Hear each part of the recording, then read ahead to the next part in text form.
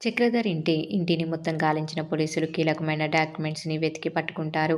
అవని ఇల్లు అమ్మేసినట్టుగా ఉన్న డాక్యుమెంట్స్ ఇవి. ఇచ్చిన ఇతని దగ్గర ఉండాల్సిన డాక్యుమెంట్స్ మీ దగ్గర ఎందుకున్నాయి అని అడుగుతాడు ఎస్ఐ. ఇంతలో ఆ పేపర్ తీసుకున్న అక్షయ్, మన కంపెనీ స్టాక్స్ని నేను అమ్మేసినట్టుగా నా సంతకం తీసుకుని మోసం చేశారు కదా నాన్న, ఆ డాక్యుమెంట్స్ ఇవి అని అంటాడు. దాంతో అక్కడున్న వాళ్ళంతా షాక్ అయిపోతారు. అంటే ఆ పని చేసింది కూడా వీడే అన్నమాట అని అంటాడు రాజేంద్ర. అవును మామయ్య, ఖచ్చితంగా వీడే అని అంటుంది అవని. దాంతో చక్రధర్పై ముక్కుమూడిగా దాడి చేస్తారు అక్షయ్, కమల్, శ్రీకర్లు. ఇక ఎస్ఐ ఆపడంతో ఆగిపోతారు.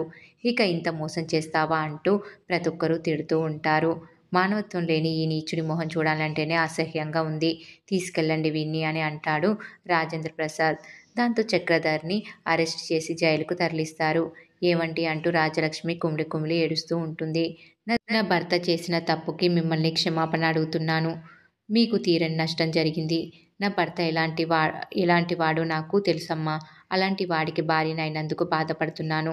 మీకు నా మొహం చూపించలేకపోతున్నాను అని కన్నీటి పర్యంతరం అవుతుంది రాజలక్ష్మి. ఊకో పిన్ని ఊకో. మాకు జరిగిన అన్యాయానికి కారణం బాబాయ్ అయితే ఏ తప్పు చేయని మీరు బాధపడడానికి కారణం మేమే. మమ్మల్ని క్షమించండి అని అంటుంది అవని. ఇక పల్లవి అయితే మా నాన్నని అరెస్ట్ చేయించిన వీళ్ళని సర్వనాశనం చేస్తాను అని పగబడుతూ ఉంటుంది. ఇక ఇంటికి వచ్చిన తర్వాత మళ్ళీ చర్చిస్తూ ఉంటారు.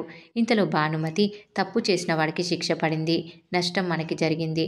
మన సంగతి పక్కన పెడితే ఏ తప్పు చేయని నా కూతురి జీవితం నాశనం అయిపోయింది.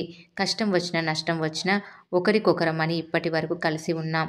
కానీ ఇంత కష్టంలోనే అక్కడ నా కూతురు మాత్రమే ఉంది. దాన్ని ఓదార్చేవాళ్ళు, ధైర్యం చెప్పేవాళ్ళు ఎవరు లేరు. పాపం ఒంటరిది అయిపోయింది అని తెగ బాధపడిపోతూ ఉంటుంది. అవునత్తయ్య, బాధలో ఉన్న మనిషి దగ్గర ఎవరో ఒకరు తోడుగా ఉండాలి. లేదంటే ఒంటరితనం భయాన్ని పెంచుతుంది. పిచ్చి పిచ్చి నిర్ణయాలు తీసుకునేటట్టు చేస్తుంది అని అంటుంది పార్వతి. దాంతో భానుమతి, అందుకే నువ్వు నేను వెళ్ళి రాజేశ్వరిని ఇక్కడికి తీసుకొని వద్దాం అని అంటారు.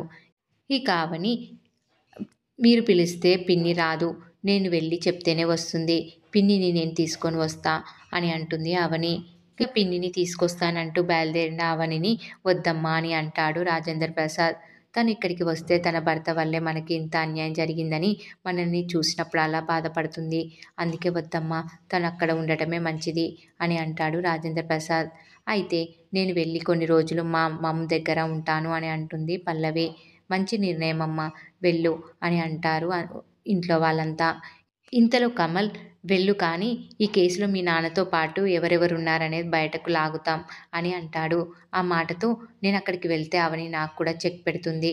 నేను ఇక్కడే ఉంటే నా పేరు బయటకు రాకుండా జాగ్రత్త పడొచ్చు అని అనుకుని వెళ్ళనని ఆగిపోతుంది. దాంతో ఫోన్లోనే రాజేశ్వరితో మాట్లాడతారు. ఏడవద్దు పిన్నిగారు, ఏడవద్దు వదినగారు, ఏడవద్దు కూతురు అంటూ ఒకరి తర్వాత ఒకరు ఓదార్చుతూ ఉంటారు. ఇక పల్లవి చక్రధర్ని జైలు నుంచి విడిపించే ప్రయత్నాలు మొదలుపెడుతుంది. తన స్నేహితులందరికీ ఫోన్ చేసి బెయిల్ ఇప్పించమని అడుగుతుంది. అయితే ఎవరూ స్పందించరు. ఇక రేపటి ఎపిసోడ్లో స్టేషన్కి వెళ్ళిన పల్లవికి దిమ్మ తిరిగే జలకిచ్చాడు చక్రధర్. నిన్ను స్టేషన్ నుంచి ఎలాగైనా బయటకు తీసుకొని వస్తాను అని అంటుంది పల్లవి.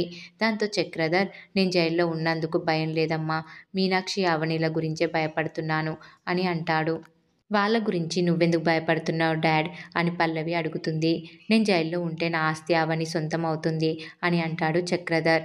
మన ఆస్తి అవని సొంతం కావడం ఏంటి డాడ్ అని పల్లవి అనడంతో, అది ఎవరో కాదు, నా కన్న కూతురు. మీనాక్షికి నాకు పుట్టిన మొదటి కూతురు.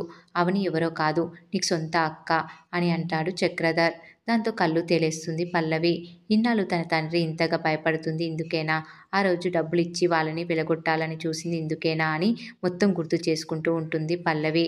తర్వాత నేరుగా అవని దగ్గరికి వెళ్తుంది. మరి ఏం జరగబోతుంది అనేది రాబోయే ఎపిసోడ్లో తెలుసుకుందాం.